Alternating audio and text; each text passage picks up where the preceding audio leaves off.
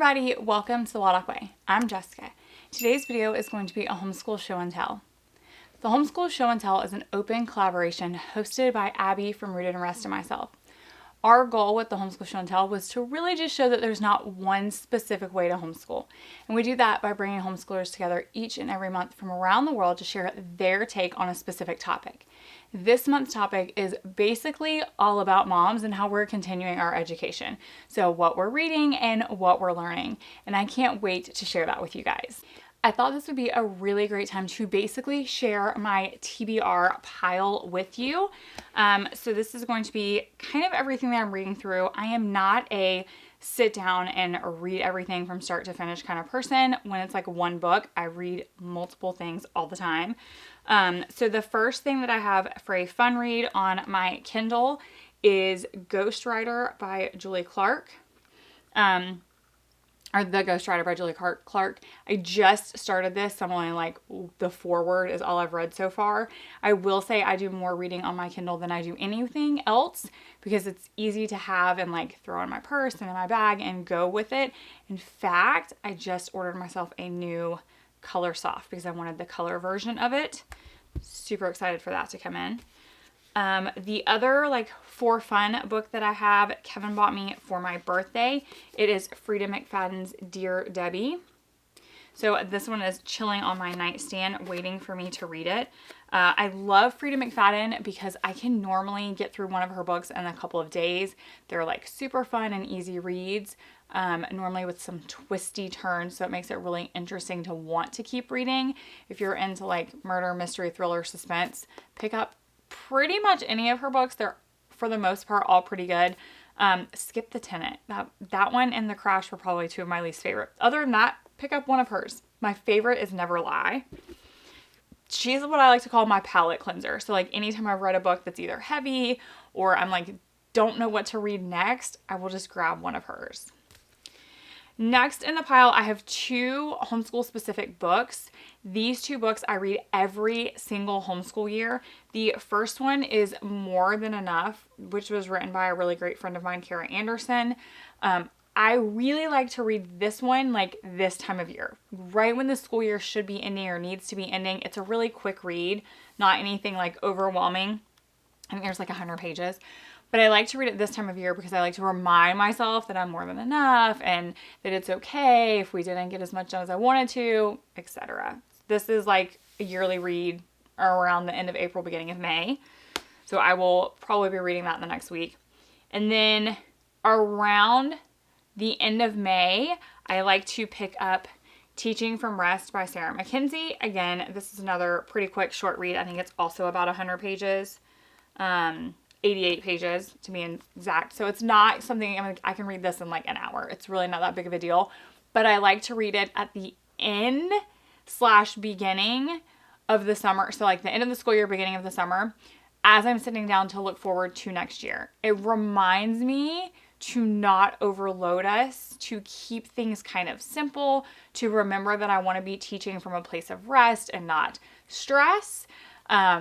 So I just like to read it as like a reminder of like, hey, before you start buying things, remember your why, remember like what you want in your homeschool and don't overwhelm things. So that's one that, like I said, I will be reading through quite quickly.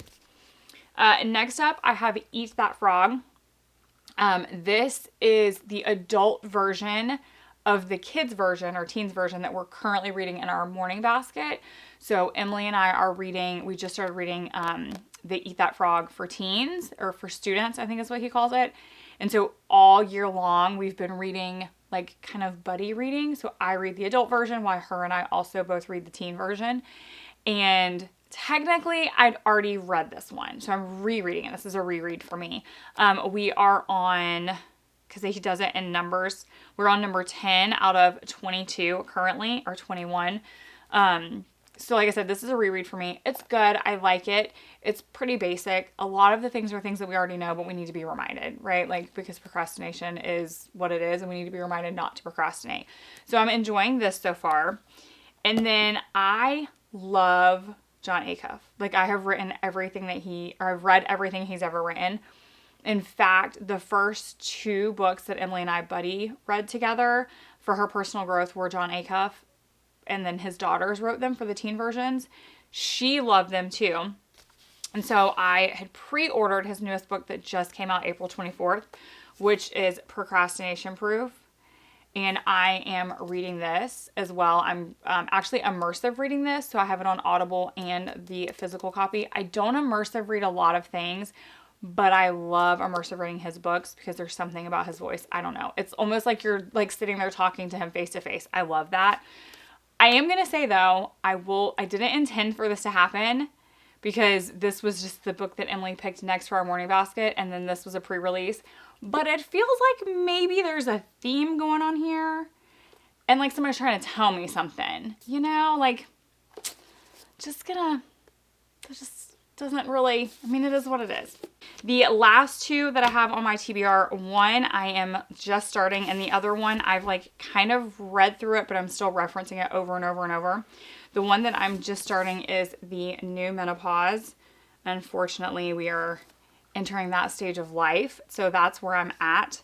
I have not read very much of this. I'm like on page 18. This feels like one that is going to take me a while to digest. I mean, it could literally take me months to get through this. That's the thing about me and my TBRs. Like, some of them I will get through in an hour, others it will take me months to work my way through. This feels like it's one that's going to take months because I feel like it's going to break my heart every time I read it, reminding me what symptoms and how long this kind of stuff could last. And I just don't want to know that. And then the other one is Next Level by Stacy Sims. I love Stacy Sims. I've listened to like every podcast that she's ever been on. And this is her guide to kicking butt, feeling great, and crushing goals through menopause and beyond.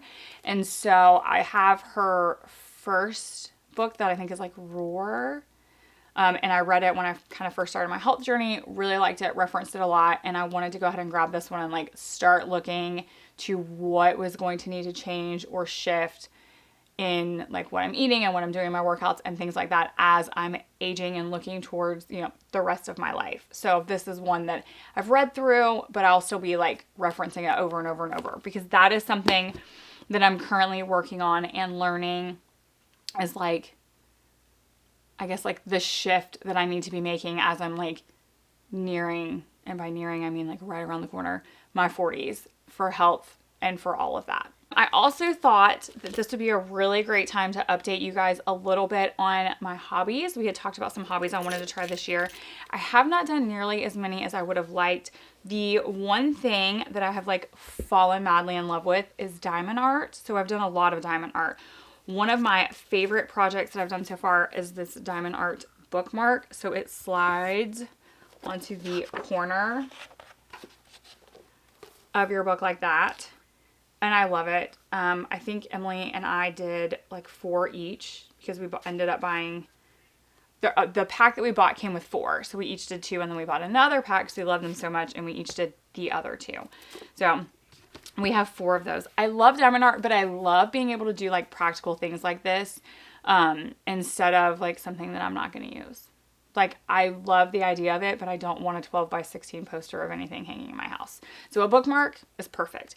The other thing that I really love, I don't have a finished one to show you, but I've been doing these diamond art. They're basically greeting cards. So they're blank on the inside. I'm doing this one for my sister currently. And then you just like this whole area will end up being like, I don't know if you can see, but like all the little blank, so like this whole mandala will be diamonds when it's done.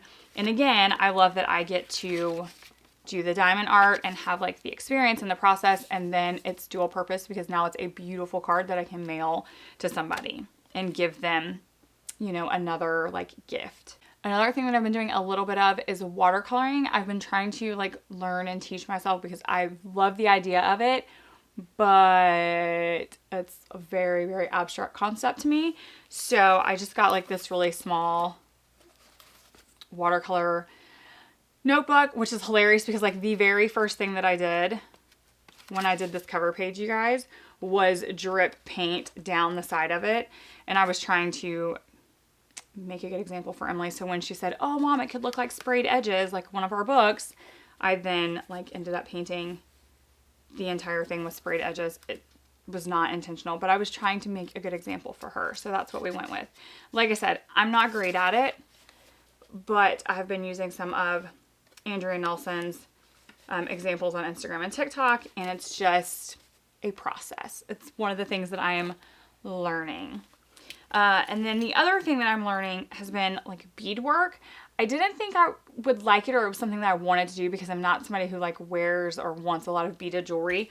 But when I realized that I can make other things like keychains or like bag charms, or even charms like this to hang off of the back of my Kindle, I was like, sign me up. That's super cool. So Emily and I have been making a ton of these for friends and families. I don't have a lot of them left because we've been gifting a ton of them, but they're so much fun to make. The last thing that I've really been like diving into and learning lately has been skincare. You guys, I spent 38 years of my life barely washing my face. I'm not proud of it, but it's true. Like literally washing my face, probably with bar soap for a very long time, but like washing my face was it. I didn't wear SPF, I didn't moisturize, lotion feels icky, it's weird. And so somehow, I don't know how, who knows, I decided that this was like something I needed to address. Probably because when you have a teenage daughter and you're trying to be like, you need to wash your face and you need to like, you know, treat breakouts and all of this, it's real, like you realize that you can't, you know, say like, do as I say and not as I do. And so it dawned on me that I probably need to take better care of my skin. And so like I have fallen into this deep, very deep rabbit hole in the last 8 to 12 months of skincare, like face, body, everything. And I now own way too many products, and I know more about things that like I didn't even know existed before. Like I didn't even know what toner was, or serums, or any of that, and now I have way too much of it. But that has been something that I have been learning, is like skincare, how to take care of my skin, how to try to repair some of the damage that I've obviously done in 38 years of not taking care of it, and then also trying to obviously set a better example for my daughter. So that is kind of where I'm at lately on my What Mom is Learning. I am reading a lot of different books, I'm trying some hobbies, and I'm learning to take better care of my skin. I would love it if you would tell me in the comments, what are you up to? What are you reading? And what is something that you are learning lately that's just for you?